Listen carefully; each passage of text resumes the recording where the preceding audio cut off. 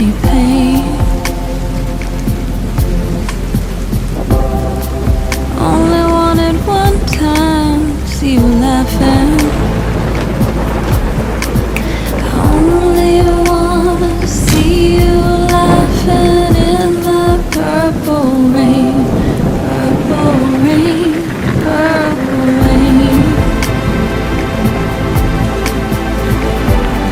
purple rain, purple rain.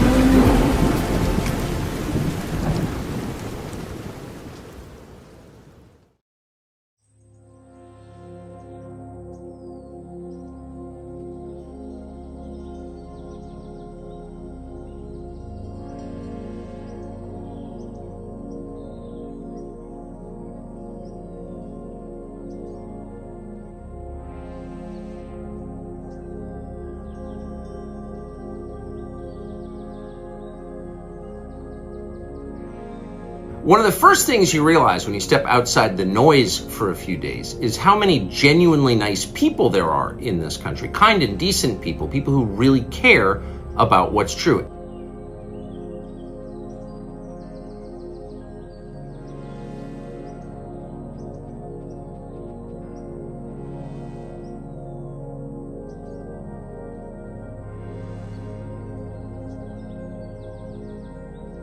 The other thing you notice when you take a little time off is how unbelievably stupid most of the debates you see on television are. They're completely irrelevant. They mean nothing. In 5 years, we won't even remember that we had them. Trust me, as someone who's participated. And yet at the same time, and this is the amazing thing, the undeniably big topics, the ones that will define our future, get virtually no discussion at all.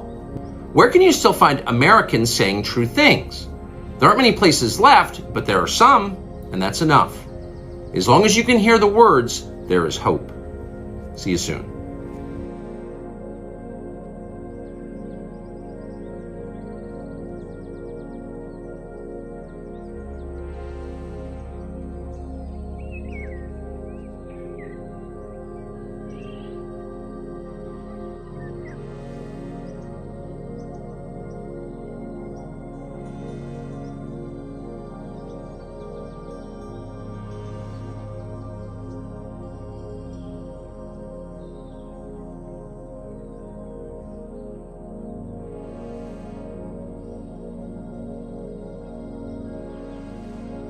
At the center of Kabbalah is a book called the Zohar, which is a book that collects knowledge from even older Jewish mystical works. It looks at verses in the Bible and ideas in Judaism through the lens of the 10 Sfirot. Put simply, each of these Sfirot is a way to interact with an aspect of God. Through these Sfirot, the Zohar created new ways to think about lots of the Bible and really to think about Judaism in general, mystical ways. Now, the Zohar was written in the 13th century in a culture where there was both intellectual curiosity and deep religious fervor. In this culture, this was in northern Spain, on one hand, they were influenced by the teachings of Maimonides, who was a Jewish thinker with a Greek philosophical perspective. So he said, you can't ever know what God does, just what God doesn't do. In other words, you shouldn't ever assume God's actions have a direct effect on you. It's an intellectual way to approach God. And then they were influenced by Christian Europe's religious fervor. God has a direct effect on me. So how can God simultaneously have an effect and not have an effect? Mysticism's answer is there are multiple aspects to God. We can't interact with God, who is unknowable, let's say the Ein Sof, but we can interact with 10 constricted aspects of God, the Sfirot. A small group of people wrote about this in 13th century northern Spain. One was Nachmanides in his interpretations of the Torah, and the other was Moshe de Leon, who collected older texts that formed into the Zohar. These older texts focused on trying to understand some difficult sections in the Bible, like the logic behind creation, or the chariot vision of Ezekiel, the apocalyptic visions of Daniel. Notably, only a small group of scholars read any of the Kabbalistic texts, including the Zohar, as it was generally accepted that studying them might drive you mad. That is, until 250 years later.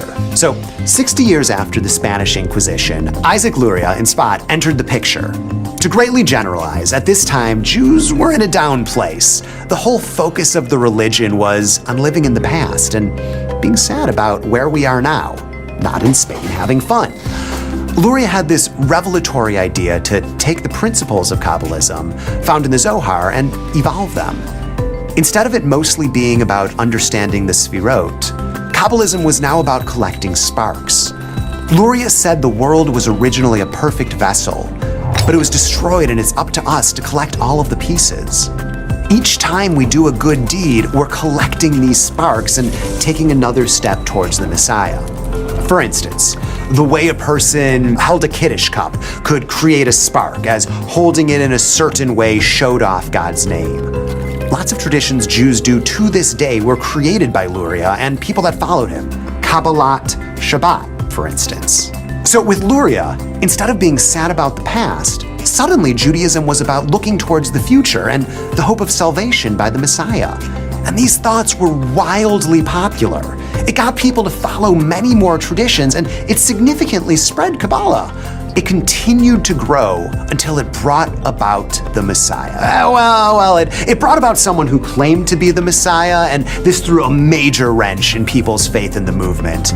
So the story continues with this guy Shabtai Tzvi. He was a false Messiah, or